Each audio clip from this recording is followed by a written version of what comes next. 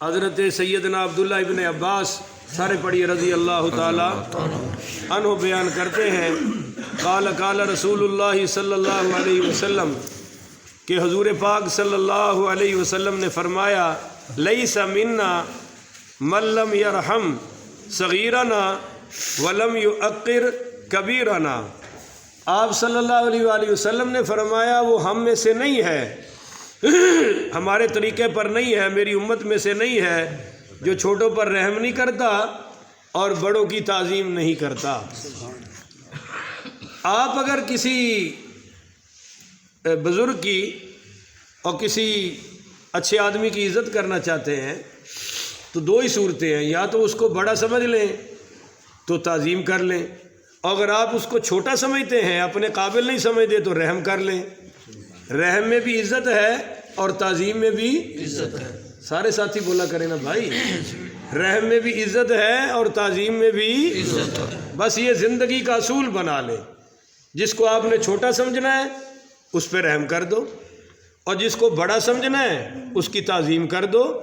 اور جو یہ دونوں کام نہیں کرتا، نہ چھوٹا سمجھ کے رحم کرتا ہے نہ بڑا سمجھ کے عزت کرتا ہے، تو فرمایا پھر وہ ہم میں سے وَيَأْمُرُ بِالْمَعْرُوفِ وَيَنْهَى عَنِ الْمُنْكَرِ، فرمایا جو لوگوں کو اچھی باتوں کی تلقین نہیں کرتا اور بری باتوں سے منع نہیں کرتا وہ بھی ہم میں سے نہیں۔ تو یہ بھی ضروری ہے کہ ہم ایک دوسرے کو سمجھاتے رہیں اور بتاتے رہیں۔ اگلی حدیث عن انس رضی اللہ تعالی قال قال رسول اللہ صلی اللہ علیہ وسلم کہ ما اکرم شاب شیخا من اجل سنہ الا قید اللہ له عند سنہ من یکرمہ۔ آپ نے فرمایا جو اپنی جوانی میں کسی بوڑھے شخص کی تعظیم کرتا ہے، عزت کرتا ہے، ادب کرتا ہے، خدمت کرتا ہے، جب یہ شخص بوڑھا ہوگا تو اللہ کسی جوان کو اس کی خدمت پر بھی لگا دیتا ہے۔ سبحان اللہ سبحان اللہ۔ اور جو اپنے ماں باپ کا نافرمان ہے اس کو کبھی بھی عزت مل سکتی نہیں۔ اگلی حدیث جی، نبی کریم پڑھیے صلی اللہ، یہ ذرا بڑی خاص کر کے آپ نے ذرا ٹل لا کے سمجھنی ہے، بڑی کمال دی ہے۔ ان ابی موسیٰ رضی اللہ تعالی، حضرت ابو موسیٰ رضی اللہ تعالیٰ روایت کرتے ہیں کہ قال قال رسول اللہ صلی اللہ علیہ وسلم، حضور پاک صلی اللہ علیہ وسلم نے فرمایا ان من اجلال اللہ اکرام ذی الشیبۃ المسلم۔ آپ نے فرمایا کہ بھائی تین شخص ایسے ہیں جن کی عزت کرنا اللہ کی عزت کرنا ہے۔ سبحان اللہ۔ سارا مجمع کہے نا جی سبحان اللہ، تاکہ ذرا بات دل میں اتر جائے۔ تین ہستیاں ایسی ہیں جن کی عزت کرنا اللہ کی عزت کرنا ہے۔ نمبر ایک اکرام ذی الشیبۃ المسلم، بوڑھے مسلمان کی عزت کرنا، سبحان اللہ۔ بزرگ مسلمان کی عزت کرنا، یہ بہت اسلامی معاشرہ یہ ہے۔ آئے صرف نماز پڑھ کے چلے گیا، داڑھی رکھ لی، پگڑی باندھ لئی، اور کوئی انسانیت کا ذرہ بھی وچ نہ ہوئے تو کدا مسلمان ہے؟ یہ اسلامی اعمال ہے۔ بوڑھے کی عزت کی تو سمجھ لے آپ نے اللہ کی عزت کر دی ہے۔ نمبر دو جی، وحامل القرآن غیر الغالی فیہ وللجافی عنہ، فرمایا حافظ قرآن کی عزت کرنا۔ سبحان اللہ۔ بولیے حافظ قرآن کی عزت، وہ حافظ قرآن جو خلط ملط نہیں کرتا، وہ حافظ قرآن جو غلط مسئلے نہیں بتاتا، وہ حافظ قرآن جو لوگوں کو گمراہ نہیں کرتا۔ ایسے حافظ کی، عالم کی، قاری کی عزت کرنا، سمجھ لیجئے کہ آپ نے قرآن کی عزت کی ہے اور رحمان کی عزت کی ہے۔ نمبر تین فرمایا وَإِكْرَامُ السُّلْطَانِ الْمُقْسِطِ، عدل کرنے والے حکمران کی عزت کی ہے تو سمجھ لیجئے آپ نے اللہ کی عزت کی ہے۔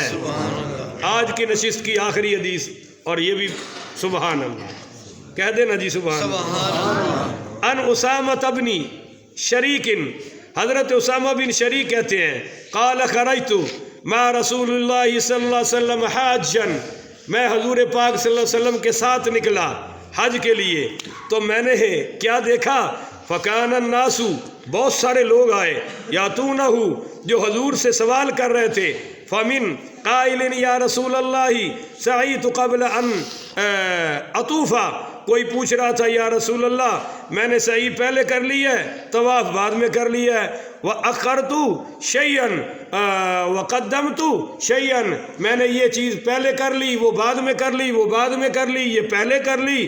کہتے ہیں سوالات کی بچھاڑ ہو گئی، اور میرے نبی پاک پڑھیے صلی اللہ علیہ وآلہ وسلم نے سب کے جواب میں فرمایا فَكَانَ يَقُولُ لَا حَرَجٌ، بھائی کوئی حرج نہیں، کوئی حرج نہیں، کوئی حرج نہیں۔ یہ حضور نے چونکہ ایک ہی حج کی تھی، اس میں یہ فرمایا۔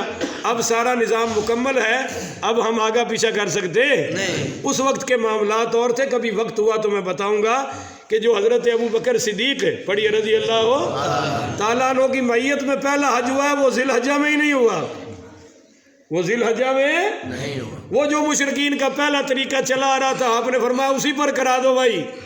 پھر جب آپ نے حج کرایا تو فرمایا آج کے بعد حج ذی الحجہ میں ہی ہوگا۔ یہ اسلام کی لچک ہے، رواداری ہے۔ خیر وہ بات ادھر نہ چلی جائے، آپ نے فرمایا بھائی لا حرج، کوئی حرج ہے نہیں۔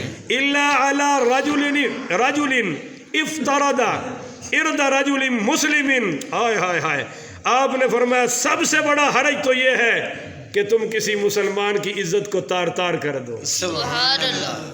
تم کسی مسلمان کی عزت کو داغ لگا دو، کسی کو ڈی ویلیو کر دو، کسی کو ڈیگریڈ کر دو، کسی کی بے عزتی کر دو، خواہ تنہائی میں یا بھرے مجمع میں۔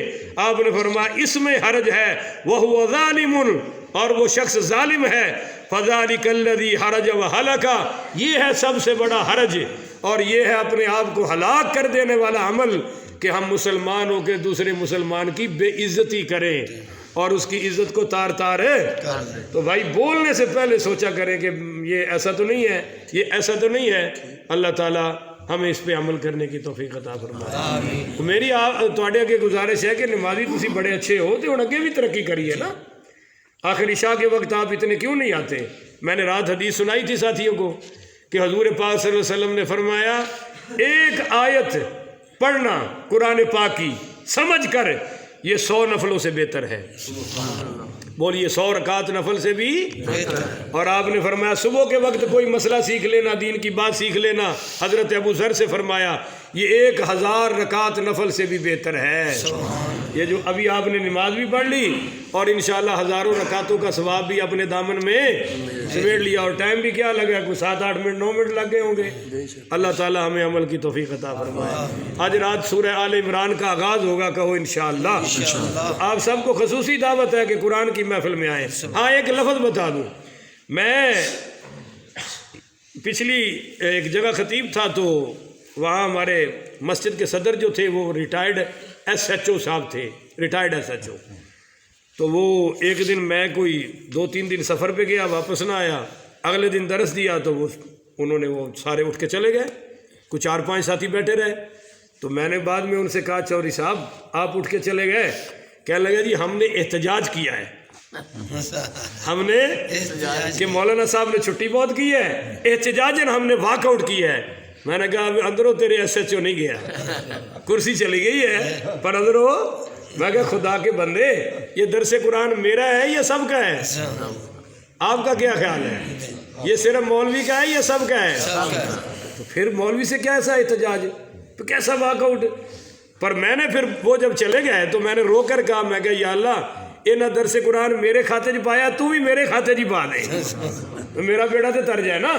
تو میں یہ چاہتا ہوں کہ یہ درس حدیث اور رات والا درس قرآن یہ ہم سب کے کھاتے میں ہے، کہو انشاءاللہ۔ انشاءاللہ۔ سارے نے نہیں نہ آکھیا انشاءاللہ، اور جنہیں نہیں آنا وہ کہندے نے بھی نہ ہی آکھی ہے، پسند والی گل ہے۔ ذرا مل کے کہو انشاءاللہ۔ جو نہیں آتے اللہ ان کے کھاتے میں بھی ڈال دے۔ ہم تو روزانہ ان کے لیے بھی دعا کرتے ہیں جو نہیں آتے کہ یا اللہ یہ ساری برکتیں ان کو بھی عطا فرما دے۔ اللہ تعالیٰ عمل کی توفیق عطا فرمائے۔ آخر دعوانا